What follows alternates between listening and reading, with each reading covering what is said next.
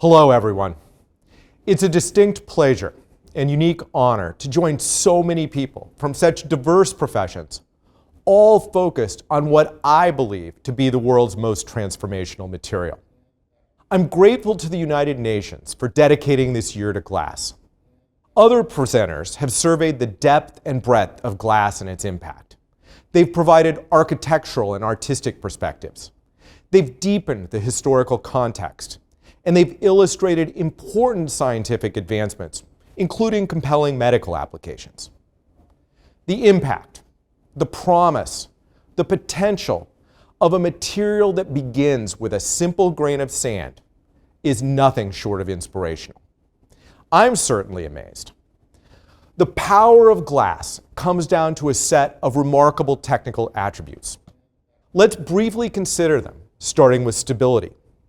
Silicate glasses get their stability from a continuous network of silicon-oxygen bonds that remain mostly intact from the time the component sand is mined through the life cycle of the material. Consequently, glass can endure for centuries. You may have heard the false claim that glass windows in medieval cathedrals are slightly thicker at the bottom than at the top because glass is a liquid that flows over time. In fact, it would take many times the age of the Earth for gravity to create a visible change in the thickness of a glass window. Next, glass is naturally impermeable. It's been used for thousands of years as a container because of its effectiveness in protecting contents from contamination by the surrounding environment.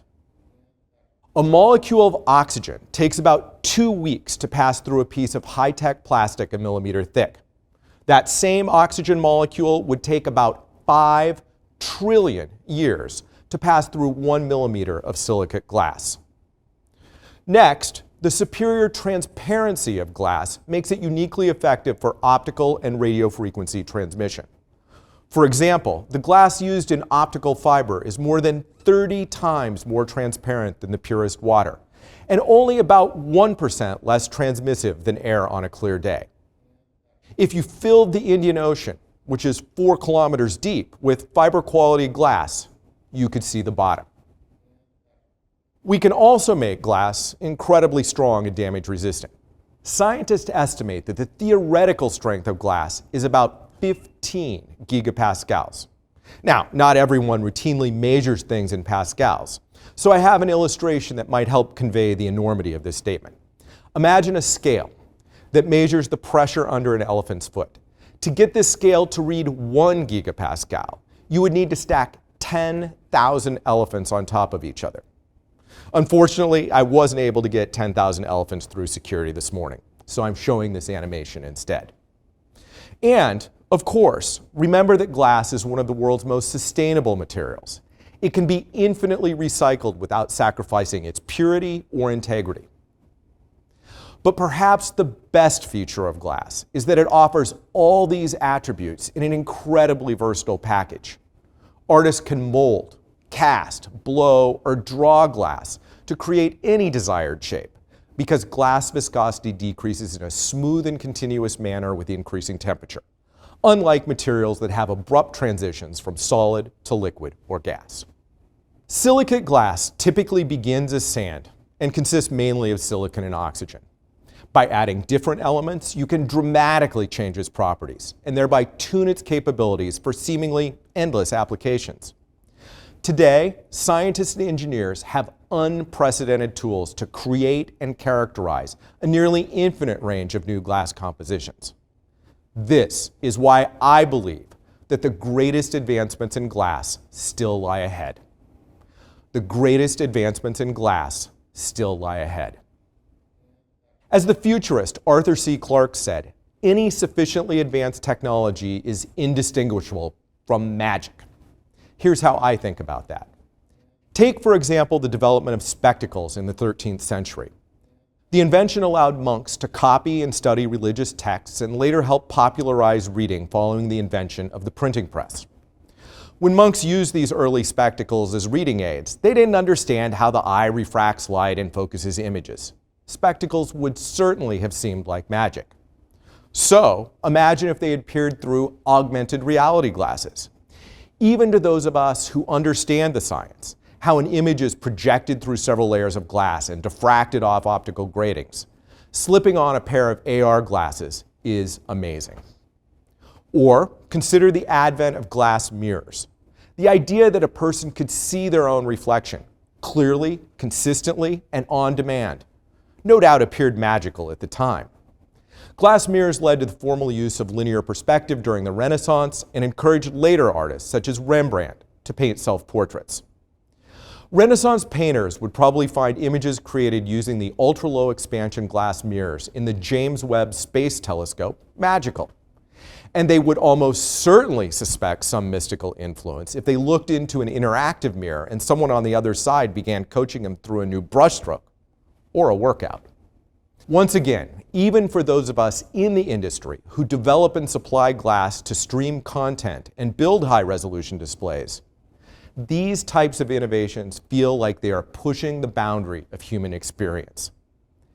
And that is what is exciting for all of us. We are the modern magicians. We know that our magic derives from the scientific process. Our craft is how we combine that process with human creativity to unleash the transformational power of glass. We understand how different formulation and fabrication techniques determine the atomic state and structure of a glass.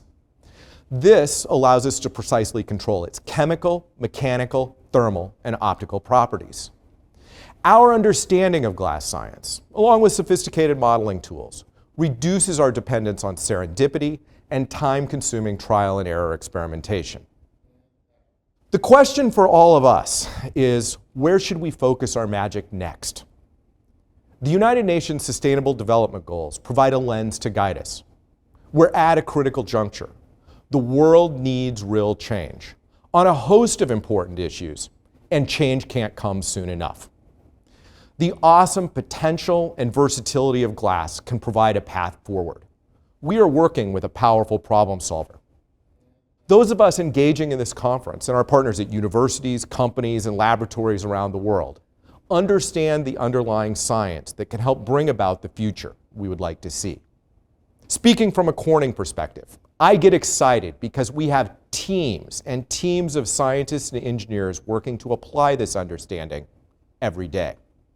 As a company, we dedicate a portion of our revenue, in good times and in bad, to research and development because we know today's investments create tomorrow's growth and life-changing contributions. So, when I consider the innovations that researchers at Corning and elsewhere are working on, I am truly hopeful for what's to come. To illustrate, I'll describe a handful of potential glass inventions in 3 broad categories that collectively encompass all 17 United Nations Sustainable Development Goals. First, health and well-being. Second, climate and the environment. And third, poverty, equality, and justice. Let's imagine what a future transformed by glass could be, and the required glass advancements to get there, starting with health and well-being. Today, addressing the pandemic is paramount. And at Corning, we're proud of the way glass solutions have already played vital roles. One way we're helping is by advancing the pharmaceutical packaging industry. It's easy to take pharmaceutical glass vessels for granted. After all, we're often more focused on what's inside than the package itself. But several years ago, we began hearing about some challenges in the industry. We launched efforts to create a new glass composition, one that has exceptional strength to reduce breakage, and enhanced chemical stability to help maintain the integrity of the life-saving molecules it would ultimately carry. Since the advent of borosilicate glass more than 100 years ago, our aluminosilicate composition became the first and only fundamentally new glass to be approved by the U.S. Food and Drug Administration as the primary package for a marketed drug. And when the pandemic hit, this glass showed its strength as we ramped capacity and worked with drug makers to help them develop and deliver new vaccines. We believe that glass innovations will accelerate delivery of vaccines and boosters globally. Our new, specially coated Type 1 borosilicate packages, called Velocity vials, are aptly named. With their protective coating, Velocity vials enable a 20% to 50% improvement in fill and finish efficiency, up to a 96% reduction in glass particulates, and a threefold reduction in the likelihood of damage that leads to cracks and breaks compared with conventional vials.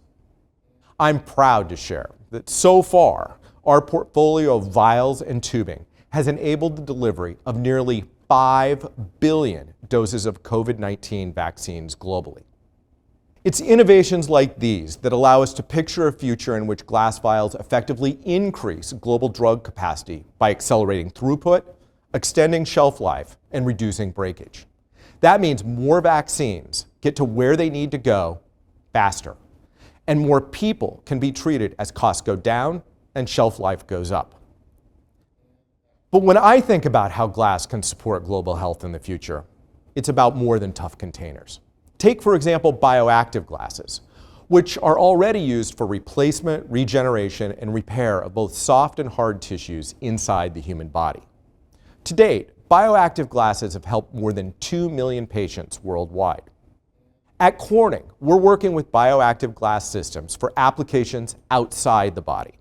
One example is Corning Guardiant. Many years ago, one of our scientists developed a serious infection following surgery. After recovering, he began thinking about how we could use glass technology to reduce the number of germs on contaminated surfaces. A colleague broached the idea of using glass particles to encase copper ions, a naturally potent but unstable antimicrobial, and Guardiant was born.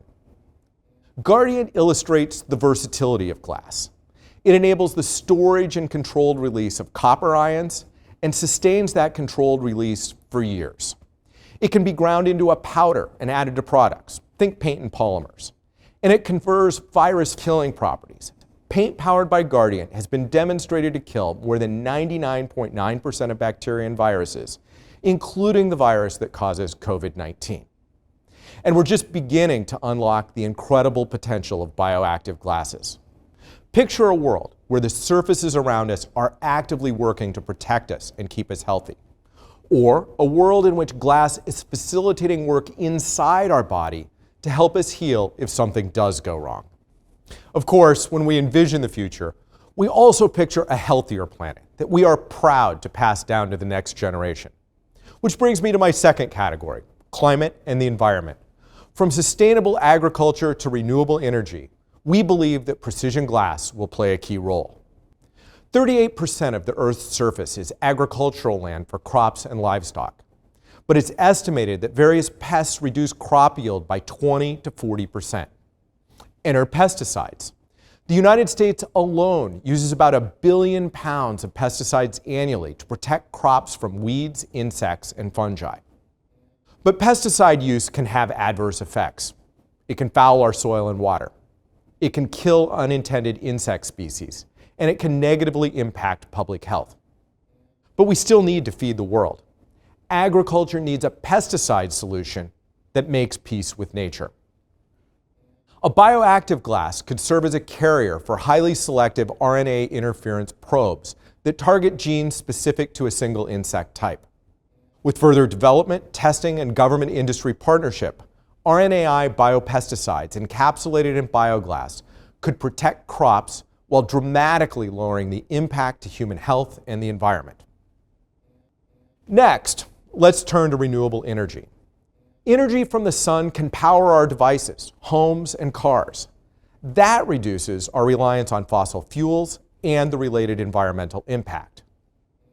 With its transparency and ability to withstand high and low temperatures, as well as its toughness, glass is perfect for encasing solar cells to achieve optimum lifetime and output. But bulky solar panels put strain on roofs, inhibiting deployment. Weight is also an issue for putting solar panels in hard-to-reach areas. And manufacturing panels is time and energy intensive. In response, Corning is working on ultra-thin, lightweight glass for solar. Versions of this glass offer superior bendability and can be produced continuously and delivered on rolls. From there, solar panel makers can potentially print solar cells at half the cost and carbon footprint relative to traditional solar panels. Glass offers additional upside for renewable energy, as today's primary sources of renewable electricity are not available on demand. Power is only generated when the wind blows or when the sun shines. That's where batteries and other next-generation renewable sources come into play. Glass has been explored for applications in these areas, but we believe that glass's crystalline cousin can provide even bigger benefits. Ceramics are materials we often pair with or derive from glass at Corning. In fact, right now there's a high likelihood that you have Corning's glass ceramic shielding your smartphone's display. Despite differences in microstructure, glasses and ceramics share many similarities, including chemistry, bonding, and processing methods. And Corning researchers are finding more and more parallels between these materials in ultra-thin, flexible form factors. We have leveraged our expertise in inorganic material chemistry and processing to develop ribbons that are less than 1/10 of a millimeter thick and arbitrarily long. Applications include solid-state lithium batteries, which offer higher capacities and greater safety compared with today's battery technology. Electrolysis cells for green hydrogen production, which can significantly reduce global carbon emissions. And fusion reactors, where high-temperature superconductors are critical for plasma containment and could provide essentially limitless energy to combat climate change. Other paths to combat climate change include decreasing the need for energy and removing carbon directly from the air. Again, glass can play multiple roles. Consider next-generation windows. Not only can glass connect us with nature's beauty by providing Le Corbusier's most miraculous means of restoring the law of the sun, but windows can also help us create more energy-efficient environments. New innovations in glass enable super-insulating windows, as well as smart windows that can darken on demand and reduce a building's energy consumption by more than 20%. And at Corning, we're also collaborating to explore the use of porous glass and related substrates for carbon capture, including capturing existing atmospheric carbon directly from the air. Through continued partnership, we can advance these and other technologies and invent technologies not yet contemplated to create a healthier planet with increased crop output, more equitable power generation, and cleaner air. And finally, let's move to the third category of UN goals I'll highlight today. If you examine the root causes of poverty, inequality, and injustice, it's easy to imagine the paths to progress created by better communications. Something many of us take for granted as a foundation for life as we know it, the internet, is key to moving the world forward. Think of how the internet improves lives. It allows us to bring saving and borrowing to those without access to banking. It empowers creators and entrepreneurs to join the global economy. It widens access to education and understanding, and it enables people to bring injustice to light. These are just some of the reasons why people around the world are increasingly viewing broadband as a basic human right. And glass can help us make access universal. The extreme clarity of glass fiber lets us send information around the world. And at Corning, where we invented low-loss optical fiber, we're deeply committed to advancing capabilities for communications and computing and extending the benefits to everyone. Some of our newest innovations are helping bring fiber connections to rural locations. Others are helping upgrade technology in high-density areas, such as hospitals, classrooms, and offices, helping make 5G a reality. Glass also plays significant roles in the digital world beyond connectivity. By providing components for photolithography that enable ever smaller and faster integrated circuits, glass has been critical to delivering on the promise of Moore's Law. Next up is quantum key distribution, the quantum internet, and quantum computing. Glass is again expected to be vital, and it's exciting to think about how the power of quantum simulation could accelerate progress in glass even further. Of course, some of the applications I've outlined today are closer to ideas than products. They might even sound like magic. But think of what they could mean for the future. There is a profound shift underway from glass serving a primarily passive role to a material that we instill with active properties. Glass, as a functional material, has a big future. I talked about how pharmaceutical packaging hadn't changed in a century. It simply contained drugs. Today, we're giving glasses new functional abilities that allow them to play an active role in combating and treating disease. I talked about how windows allow us to connect with our environment while indoors. Today, we can give window glass functional properties that help us protect our environment by creating more energy-efficient spaces. And I talked about how data has coursed across the globe through glass fibers for decades. Today, we are building on that revolution by inventing glasses that can play an active role in next-generation computing and the quantum internet. So, as I conclude my time with you, I'd like to extend this line of thinking to the bigger theme of our conference. Let's be even more active in our roles as scientists, artists, and ambassadors. Let's live up to the potential of our material of choice. Let's capture the playful spirit and joyousness of the sculpture by Thurman Statham surrounding me today. Let's keep being magicians. Let's pursue this year of glass with a renewed sense of agency and urgency as we champion a better world through glass. I challenge each of us to find new ways to foster an environment in which this vital material can be put to work for all of us. Collaboration will be key, and this conference is an important step in that direction.